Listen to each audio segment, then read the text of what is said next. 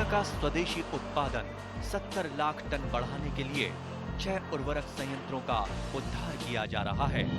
FCIL के गोरखपुर, सिंदरी, तलचर और रामागुंडम संयंत्र, HFCL की बरौनी इकाई और BVFCL की नामरू फोर्थ। सोने पर सुहागा ये है कि देश में अब बनेगा सिर्फ नीम लेपित यूरिया, क्योंकि इससे होगा किसानों का फायदा ही फायदा। अनाज का उत्पादन 10% तक बढ़ेगा।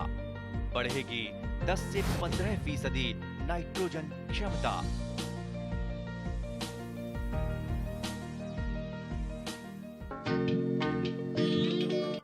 মৌমাখি পালনে বিজ্ঞানসন্মতভাৱে মৌজোল আহৰণকে বুজায়। 100 গ্ৰাম মৌজোলত 41% ফল শৰ্কৰা, 35% দ্ৰাক্ষ শৰ্কৰা, 1.5% সাৰ, 3% মাংস সাৰ, 0.8% অম্লজ আৰু 17% পানী থাকে। ফুলৰ পৰা সংগ্ৰহ কৰা পৰাগৰেণুবোৰ মৌমাখিয়ে কিছু পৰিমাণে মৌচাকত সঞ্চয় কৰে। পৰাগৰেণুবোৰ প্ৰটিনযুক্ত হোৱা বাবে ই মানুহৰ প্ৰিয় খাদ্য। মৌ পালন কেৱল মৌজোল আহৰণৰ বাবেই নহয়, ই হ'ল শস্যৰ উৎপাদন বৃদ্ধিৰ এক বিশেষ আহিলা। মৌমাখিয়ে পৰাগৰেণু সংগ্ৰহ কৰি সংযোজন ঘটোৱাৰ ফলত শস্যৰ উৎপাদন বৃদ্ধিত সহায়ক হয়। গ্ৰাম্যাঞ্চলৰ বহুসংখ্যক যুৱক যুৱতীয়ে মৌ পালনৰ জৰিয়তে আত্মসংস্থাপন পাবলৈ সক্ষম হৈছে। অসম খাদী গ্ৰামোদ্যোগ কেন্দ্ৰ আৰু উদ্যান শস্য সঞ্চালকালয়ে মৌমাখিৰ পালনৰ বাবে কৃষকসকলক উৎসাহ যোগাই আহিছে। তেনে এগৰাকী যুৱক হৈছে দৰং জিলাৰ দুনি অঞ্চলৰ মহেশ চমুৱা। 1991 চনত মাত্ৰ এবাহ মৌ পালন কৰি বৰ্তমানে 200 বাহ পালন কৰি বছৰি 4 পৰা 5 লাখ টকা উপাৰ্জন কৰিবলৈ সক্ষম হোৱা শ্ৰী চমুৱাই এনেদৰে কয়। আমি দেখিছো মৌ পালনৰ লগত জড়িত হৈ আছে। হয়, এই মৌ পালন কিয় কৰিব লাগে মানুহে? মৌ পালনটো কৰিব লগা এইটোৱে কাৰণ আছে, খেতিৰ উৎপাদনটো বেছি হয়, লগতে খেতিয়কে ফলটো পালে আৰু ৰসটো পালে, এইটো মৌজোল, আৰু সেই মৌজোলটো উৎপাদন কৰি পেলাই মানে জীৱিকা নিৰ্বাহ কৰিব পাৰে। গতিকে খেতিয়কৰ যদি আয় বৃদ্ধি কৰিবলগীয়া হয়, হয়, তেতিয়াহ'লে মৌ পালনটো একদম কৰিব লগা নাম্বাৰ 1। মানে এতিয়া আপুনি দুটা কথা ক'লে, এটা হ'ল খেতিৰ উৎপাদন বৃদ্ধি হয়, পৰা সংযোগৰ কাৰণে, হয়, আৰু এটা ক'লে আপুনি মৌজোল। মানে দুটা কথা জড়িত হৈ আছে, নহয় জানো? এই কোনটো বেছি গুৰুত্বপূৰ্ণ? দুইটাই। জীৱিকাও নিৰ্বাহ হ'ল, দুটা বস্তু পালে, আৰু আমাৰ যিবিলাক শিক্ষিত নিবনুৱা আছে সেইবিলাক বাহিৰত গৈ ইনকাম কৰাতকৈ মানে আমাৰ গাঁৱতে কৰিব পাৰে। মই যেনেকৈ কৰি আছো।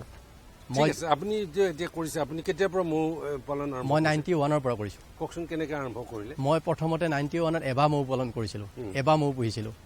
এবাহৰ পৰা ক্ৰমানে গৈ যেতিয়া মই দেখিলো যে ইনকামটো বেছি হয়, তেতিয়া মানে ক্ৰমানে গৈ এতিয়া মোৰ 200 বাহ আছে মৌ। আৰু সেই 200 বাহৰ পৰা মই বছৰত মোটামুটি 4-5 লাখ টকা ইনকাম কৰোঁ। আপোনাৰ 200 বাহ বুলি যে ক'লে, হয়, এক বাহৰ পৰা আপুনি কিমান বছৰত কিমান মৌ পায়? বছৰত মোটামুটি মই 15-20 কেজি মৌজোল পাওঁ। মানে এবাহৰ পৰা 15 কেজি? হয়। আৰু তাৰ পৰা মই জাক ফাটাওঁ, জাক ফাটাই পেলাই মই বংশটো বিক্ৰী কৰোঁ। আমাৰ কৃষি বিজ্ঞান কেন্দ্ৰ যে আছে মঙলদৈ, যোৱা বছৰ মঙলদৈত দিছোঁ, ধুবুৰীত দিছোঁ, তেজপুৰ দিছোঁ। মানে এইটো কি কৰা বুলি ক'লে আপুনি? কৃত্ৰিম প্ৰজননটো কৰা? কৃত্ৰিম প্ৰজনন এইটো। আচ্ছা, আমি কৃত্ৰিম প্ৰজননৰ কথালৈ যাম। হয়, তাৰ আগতে মৌ ইমান গুৰুত্ব কিয় পাইছে? মৌ জোলৰ কথা কৈছোঁ মই। আপুনিতো ক'লে যে শস্যৰ উৎপাদন বৃদ্ধি এটা কথা আছে, বুজি পালোঁ এইটো, পৰাগ সংযোগ। ইয়াৰ উপৰি মানুহে মৌৰ জোলৰ ওপৰত বহুত গুৰুত্ব, কিহৰ কাৰণে? মৌ জোল খালে মানে আমাৰ যিটো 16 গুণী বিষহৰি বুলি কয়, মানে সেই বস্তুটো আমাৰ মৌ জোলৰ পৰা মানে বিভিন্ন বেমাৰৰ মানে হেৰি হয়, ভাল হয়। যেনে কাহ, তাৰপিছত স্মৃতিশক্তি ভাল হয়, গাৰ যিটো ছালটো কোমল থাকে। মৌ জোল সদায় খালে আয়ু বৃদ্ধি হয়। তাৰপিছত মানে আমাৰ যিটো দেহাৰ গঠন, সেই গঠনটো ঠিকে থাকে। লগতে আৰু সৰু ল'ৰা ছোৱালীক খুৱাব লাগে, স্মৃতিশক্তি বেছি হয়। এনেকৈ আৰু মানে এইবিলাক হ'ল মৌৰ ঔষধি গুণ। মৌৰ ঔষধি গুণ এইবিলাক। মানে কিন্তু আমি চাওঁ যে মৌটো যিহেতু বহুত মিঠা, সেইকাৰণে বহুতে খাব নালাগে বুলি কয়। এইটো কি? মৌটো খাব লাগে। মৌটো মিঠাই হ'ব, কিন্তু মৌ মিঠা হ'লেও খাব লাগে। মানে এই যে কি বহুতে কয় যে মধুমেহৰ ৰোগত খাব নালাগে, ডায়েবেটিছত খাব না নালাগে, যিটো মানে এই কি কয় এইটো ডায়েবেটিছ হোৱা মানুহে মৌ জোল খাব পাৰে, কিন্তু সৰিয়হৰ মৌটো খাব নোৱাৰে। মানে কিহৰ কাৰণে? এইটো তাত মানে চেনিটো বেছি থাকে, গ্লুক'জটো বেছি থাকে, সেইটোৰ কাৰণে খাব নালাগে। কোনটো মৌ খাব পাৰে? যিটো নেচাৰেল গছ গছনিৰ পৰা, যিটো লিচি হনি, তাৰপিছত যেনে দুৰ্ণপুষ্প বা মানে বিভিন্ন গছ গছনি আৰু এইবিলাক আৰু ফল ফুলৰ পৰা। কিন্তু সৰিয়হৰ পৰা হোৱাটোত বেছি খাব নালাগে। কি থাকে সেইটোত? সেইটোত মানে চেনিটো বেছি থাকে, গ্লুক'জটো বেছি থাকে। এতিয়া আমিতো দেখিছোঁ যে পৃথিৱীত বহুত ধৰণৰ মৌ মাখি আছে। আমি সাধাৰণ মানুহে কোনটো জাতৰ মৌ পালন কৰে? আমি দুটাই কৰা যায়। মেলিফেৰা কৰা হয়, ইটালিয়ান বুলি কয়, আৰু আমাৰ যিটো চেৰেনা বুলি কয়, এপিচ চেৰেনা। আপুনি কোনটো কৰি আছে? মই এপিচ চেৰেনা কৰি আছোঁ। মেলিফেৰাটো আপুনি কৰা নাই এতিয়ালৈকে। মানে কৰিম বুলি ভাবিছোঁ, ট্ৰেইনিঙো কৰিছোঁ। এই চেৰেনা আৰু মেলিফেৰা পাৰ্থক্যটো কি আছে? পাৰ্থক্য আছে, মানে যিটো মৌ জোলৰ গুণাগুণ মানে কম বেছি আছে তাৰমানে। নাই, জোলৰটো জোলেই, আৰু উৎপাদনৰ ক্ষেত্ৰত উৎপাদন বেছি, মেলিফেৰাত বেছি হয়। মেলিফেৰাত কিমান হয়? আপুনিতো ইটোত 15 কেজি ক'লে প্ৰতি বছৰত প্ৰায় 40 কেজি মান পায় মেলিফেৰাৰ পৰা। তাৰমানে আপুনি 4 গুণ বেছি পাব। 4 গুণ বেছি পায়। তেতিয়াহ'লে আৰু কি পাৰ্থক্য আছে? মেলিফেৰাটো মানুহে পালন কৰিব পাৰে নাই? মেলিফেৰাটো অসমত পাৰে, কিন্তু বাৰিষাৰ চিজনত মানে কি হয়, সিহঁত মৰি যায়, মানে ৰাখিব নোৱাৰে। সেইটোৰ কাৰণে মেলিফেৰাত মানে আমাৰ অসমৰ মানুহে বেছিকৈ কৰিব নিবিচাৰে। কিহৰ কাৰণে মৰি যায়? সেইটো খাদ্য বেছি লাগে, খাদ্য দিব নোৱাৰে, সেইটোৰ কাৰণে। বাৰিষাত তাৰমানে ইমান খাদ্যটো নাপায়, খাদ্য প্ৰচুৰ পৰিমাণে নাপায়। কিন্তু বাকী বেলেগ ষ্টেটত যেনে পাঞ্জাৱ বা বেলেগ ষ্টেটত পায়, বেলেগ মানে ফিডিং দিয়ে সিহঁতে। তাতে কি কৰে কওকচোন? পাঞ্জাৱত আপুনি পাঞ্জাৱত তাৰমানে তেওঁলোকে ফিডিং দিয়ে, বেছিকৈ খুৱায়, চেনি খুৱায়, প্লাছ মানে ৰেণু, যিটো আৰ্টিফিচিয়েল ৰেণু, সেই ৰেণু খুৱায়। আৰু মেলিফেৰাৰ যিটো ৰেণু, আমাৰ যিটো সৰিয়হ চিনৰ ৰেণুটো ৰাখি দিয়ে, সেই ৰেণুটো অফ চিনত খুৱাই দিয়ে। মানে আপুনি পাঞ্জাৱত কেনেকৈ গ'ল, কেনেকৈ আপুনি আৰম্ভ কৰিলে মৌ পালনৰ লগত? আপুনি আৰম্ভৰ পৰা 1991ত যে আপুনি এবাৰ কচ মৌ লৈছিল, তাৰ পিছৰ পৰ্যায়ে আজিতো আপোনাৰ ধৰক মোটামুটি 30 বছৰ হ'ল। কওকচোন কথাটো গোটেই। তাৰপিছত 2008ত মই মানে খাদী আয়োগত মানে চিনাকি হ'লোঁ। চিনাকি হোৱাৰ পিছত তেতিয়া লগে লগে মোক পাঞ্জাৱত পঠাই দিলে ট্ৰেইনিং কৰিবৰ কাৰণে। এক্সপ'জাৰ ভিজিট প্ৰগ্ৰেম বুলি চাৰ্টিফিকেটটো মোৰ আছে বাৰু, ইয়াত দি পঠাইছে। তাতে গৈ মই 14 দিন থাকিলোঁ। 14 দিনত প্ৰায় পাঞ্জাৱ প্ৰায়খিনিয়ে ঘূৰিছোঁ আৰু। তাতে লুধিয়ানা গ'লোঁ, তাতে যশৱন্ত সিং বুলি মানুহ এজন আছে, তেখেতৰতো বহুত মৌ মাখি আছে, হাজাৰ হাজাৰ মৌ মাখি আছে, কিন্তু গোটেই মেলিফেৰা হয়। তাৰপিছত আপুনি শিকি আহি ইয়াতে মই চেৰেনাটো বেছি স্কোপ দিলোঁ, মানে কৰি আছোঁ, তথাপি মানে বেছি এটা আৱেগিক হয়তো, মানে তাত যিখিনি দেখিলোঁ আমি কিয় নোৱাৰোঁ, ঠিক তেনেকুৱাকৈ চেৰেনাত আগবাঢ়ি গৈ আছোঁ আৰু। নাই, তাততো আপুনি মেলিফেৰা দেখিলে, আৰু ইয়াত আপুনি চেৰেনা কৰিলে। চেৰেনাটো মানে গছৰ খুৰুঙত হোৱা সেইটোৱে নহয়? হয়। আৰু এই বৰমৌ যিটো আছে, বৰমৌটো পুহিব আমাৰ অসুবিধা হয়, নোৱাৰে। তাৰমানে কিন্তু বৰমৌৰ পৰা মৌ জোলটো আহৰণ কৰিব পাৰি নাই? পাৰি। আপুনি কৰি পাইছেনে? আহৰণ কৰি পাইছোঁ মই। কেনেকৈ সেইটো বৰমৌৰ পৰা কিমান মৌ জোলটো বেছি পায় নেকি? বৰমৌটো বেছিকৈ পায়, কিন্তু তাৰ গুণাগুণ কম থাকে। আৰু এটা আছে পোনপুনি মৌ। সেইটোতো একদম নাম্বাৰ 1। পোনপুনি মৌটো একদম নাম্বাৰ 1, সেইটো 1 নম্বৰ মৌ। সেইটো পালন নকৰে? সেইটো মৌ পালন নকৰে। কি কৰে, কেনেকৈ? সেইটো এনে কাটিলে 1 পোৱামান ওলায়, বেছি নোলায়, খুব কম ওলায়। তাৰমানে এতিয়া মৌ আপুনি যিটো ক'লে, পোনপুনি, মাখি মৌ, মেলিফেৰা আৰু বৰমৌ, এই 4টাই মৌ জাত নেকি? হয়। তাৰ ভিতৰত আপুনি চেৰেনা আৰু মেলিফেৰা, চেৰেনা আৰু মেলিফেৰা পুহিব পাৰে। এতিয়া মই চেৰেনা কৰি আছোঁ। আপুনি এতিয়া ক'ত পালন কৰিছে মৌবিলাক? মই এতিয়া বৰ্তমান ওদালগুৰি ডিষ্ট্ৰিক্টত ৰাখিছোঁ, আৰু যেতিয়া নেকি সৰিয়হ ছিজন আহিব তেতিয়া আকৌ ইয়াতে লৈ আহিম। মানে মৌবিলাক কি লৈ ফুৰিব লাগে নেকি? লৈ ফুৰিব পাৰে। এইটো মানে ইয়াতে ধৰ এতিয়া সৰিয়হ নাই, ইয়াত প্ৰডাকশ্যন নাই, সেইকাৰণে মই বেলেগ ঠাইত ৰাখি থৈ দিছোঁ। এতিয়া আকৌ তাৰ পৰা মই লৈ আহিম যেতিয়া ছিজন আহিব।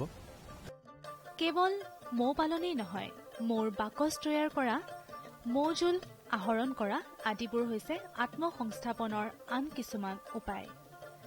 মৌমাখিয়ে ভৱিষ্যতৰ বাবে সংগ্ৰহ কৰা সঞ্চিত মৌজোলেই হৈছে প্ৰকৃতাৰ্থত মৌ। আনহাতে মৌমাখিয়ে মৌচাক সাজিবলৈ পেটত থকা মোম গ্ৰন্থিৰ পৰা মোম নিৰ্মাণ কৰে। এনেবোৰ মমৰো আছে ঔদ্যোগিক চাহিদা। 2022 বৰ্ষত ভাৰতবৰ্ষৰ লগতে আমাৰ অসমতো কৃষকৰ আয় দুগুণলৈ বৃদ্ধি কৰাৰ যি লক্ষ্য স্থিৰ কৰা হৈছে, এই লক্ষ্যত উপনীত হ'বলৈ কৃষকসকলে মৌ পালনত ব্ৰতী হোৱা বাঞ্ছনীয়।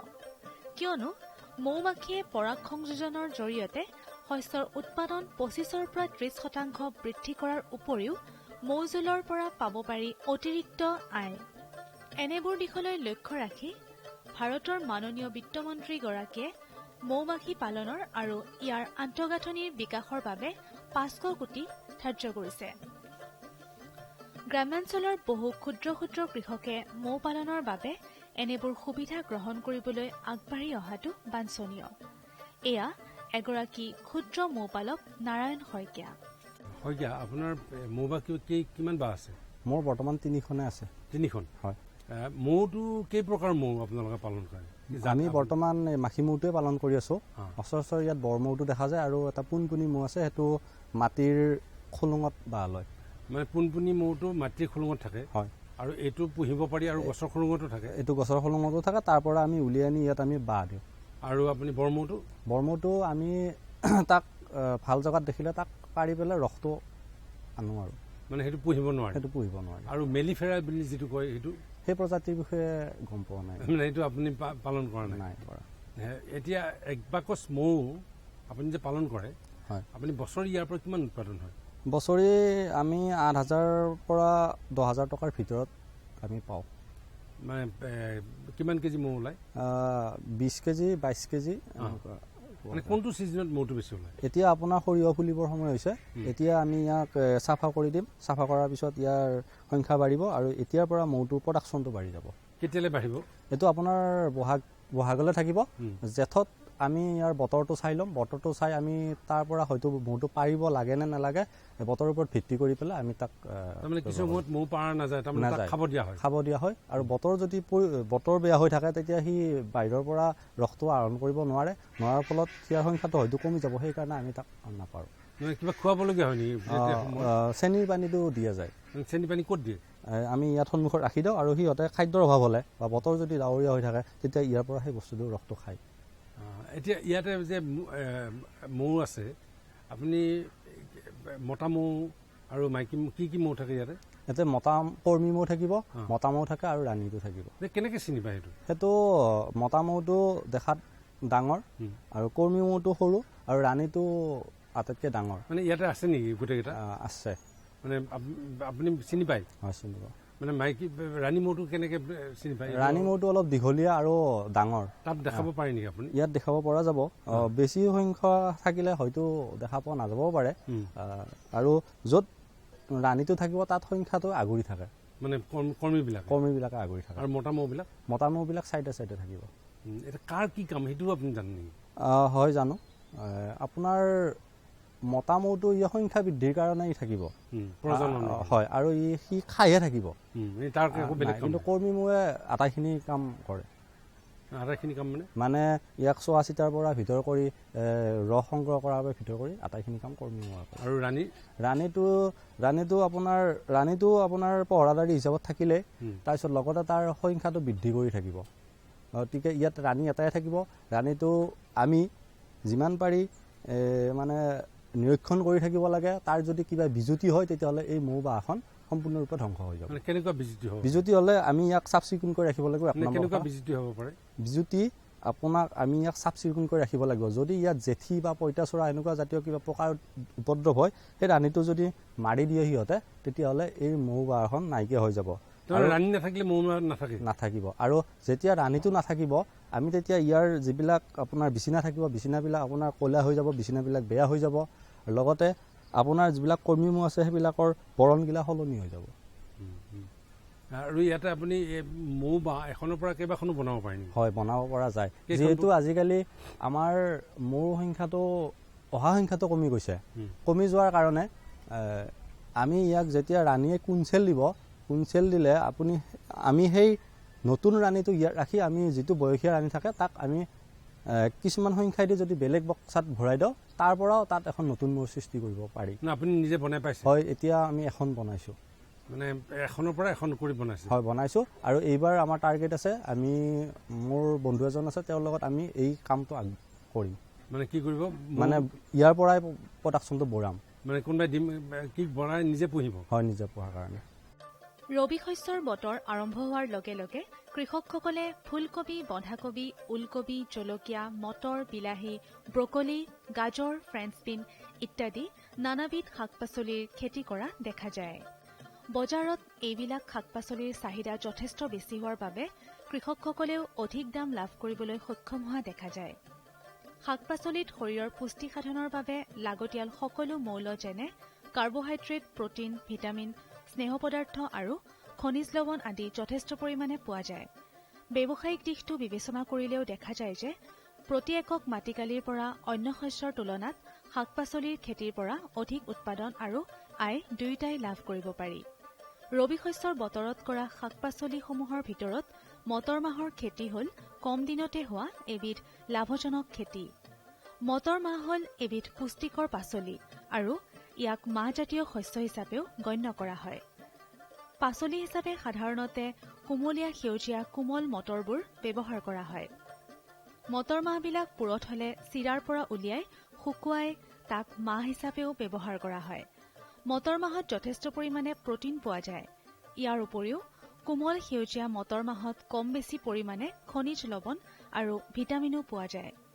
নগাঁও জিলাৰ কলিয়াবৰ কৃষি মহকুমাৰ অন্তৰ্গত ধৰমপুৰ নামৰ গাঁওখন হ'ল এখন কৃষিপ্ৰধান গাঁও।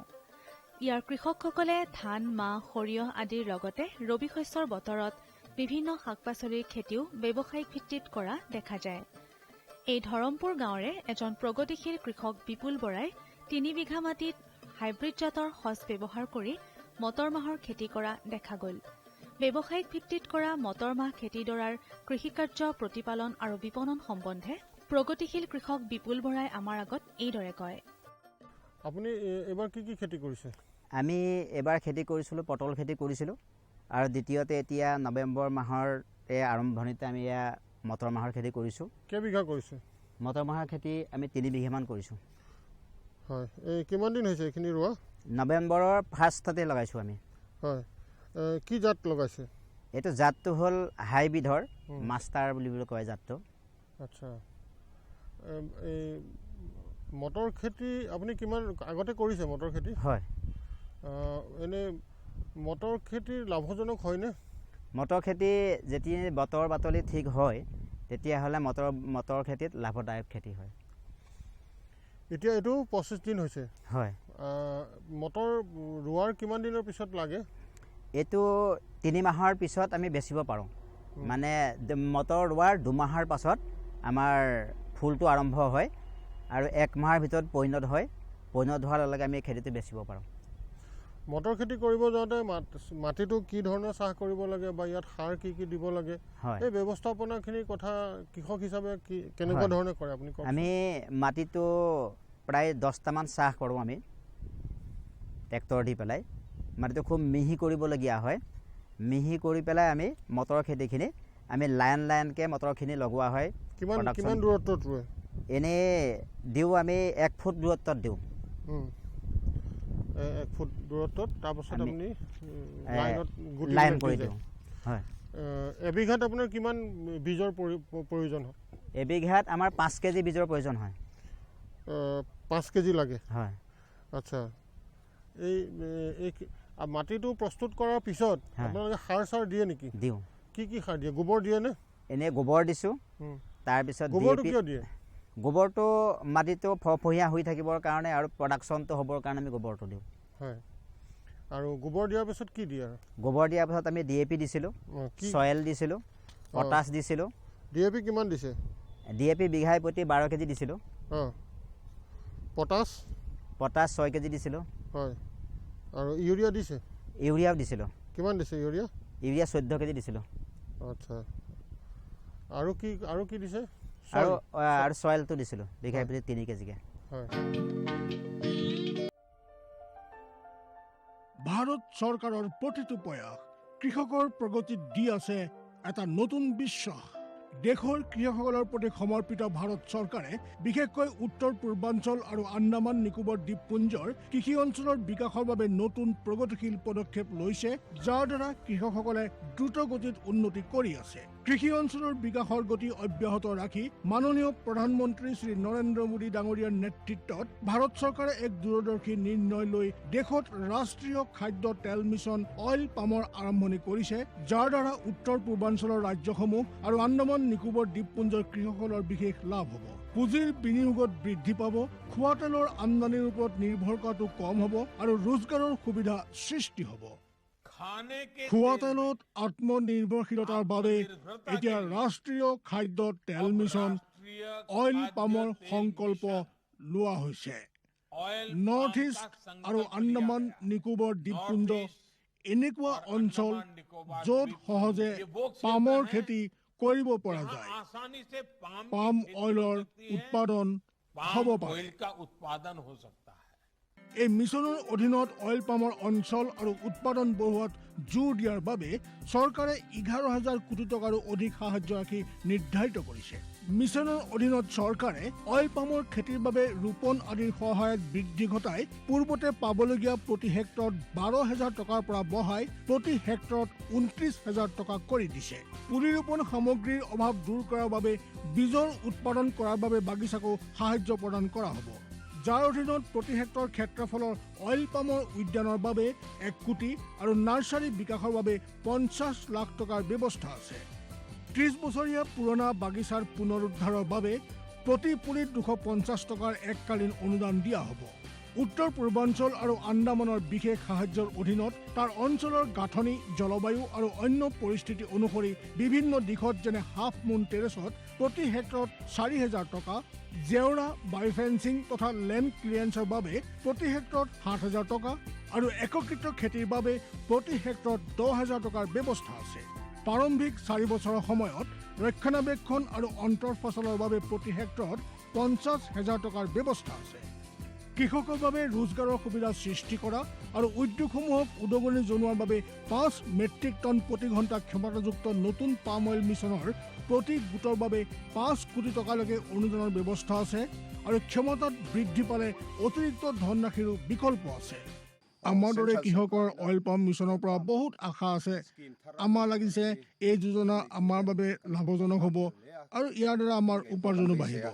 অইল পামৰ কৃষকসকলে সতেজ ফলৰ থোক অৰ্থাৎ FFB উৎপাদন কৰে, যাৰ বৰ্তমান মূল্য আন্তঃৰাষ্ট্ৰীয় মূল্যত হোৱা উঠানামাৰ আধাৰত নিৰ্ণয় লোৱা হয়। প্ৰথমবাৰ কেন্দ্ৰীয় চৰকাৰে সতেজ ফলৰ থোকৰ মূল্যৰ বাবে কৃষকসকলক আশ্বাস দিছে। ইয়াক প্ৰকৃত মূল্য বা BP বুলি ক'ব পাৰি, অৰ্থাৎ কৃষকসকলৰ কোনো লোকচান হ'বলৈ দিয়া নহ'ব। এই ব্যৱস্থাৰ দ্বাৰা কৃষকসকলৰ বজাৰৰ মূল্য উঠানমাৰ পৰা সংৰক্ষণ প্ৰাপ্ত হ'ব। প্ৰকৃত মূল্য BP নিৰ্ধাৰণ কৰাৰ আৰম্ভণি 1 নৱেম্বৰৰ পৰা হ'ব আৰু অহা বৰ্ষৰ 31 অক্টোবৰলৈকে অব্যাহত থাকিব। ইয়াক অইল পাম বৰ্ষ বুলি কোৱা হ'ব। ইয়াৰ দ্বাৰা উত্তৰ পূৰ্বাঞ্চলৰ ৰাজ্যসমূহ আৰু আন্দামান নিকোবৰ দ্বীপপুঞ্জত খেতি বৰ ভাল হ'ব আৰু কৃষকসকলে আনন্দৰ হাঁহি মৰাৰ এটা নতুন কাৰণ পাব। किसान भाइयों गांठ बांध लो, गांठ बांध लो, बहुत बहुत है काम की, समृद्धि के पैगाम की। मिट्टी के मिजाज को समझो, मिट्टी के हर राज को समझो, मिट्टी की तुम जांच कराओ, मुफ्त सॉइल हेल्थ कार्ड ले जाओ। कभी मुनासिब बीज लगाओ, सही किस्म की खाद ले आओ, जितनी जरूरी उतनी डालो, सही मात्रा खुद पहचानो, इसको अपना मंत्र बना लो, मिट्टी की सेहत तो जानो। बात बहुत है काम की, कम लागत अधिक वरदान की, किसान भाइयों गांठ बांध लो। आज ही मिट्टी की जांच कराएं, राज्य सरकार के कृषि अधिकारी से संपर्क करें और मुफ्त में सॉइल हेल्थ कार्ड पाएं। कृषि और किसान कल्याण मंत्रालय द्वारा किसान हित में কৃষকসকলৰ বিভিন্ন সমস্যাৰ সমাধানৰ লগতে শেহতীয়া প্ৰযুক্তি আৰু প্ৰয়োজনীয় আনুষংগিক দিশৰ বিষয়ে জানিবৰ বাবে চাবলৈ নাপাহৰিব কৃষি দৰ্শন। প্ৰচাৰিত হয় প্ৰতি সোমবাৰৰ পৰা শুকুৰবাৰলৈ সন্ধিয়া 5:30 বজাৰ পৰা 6 বজালৈ।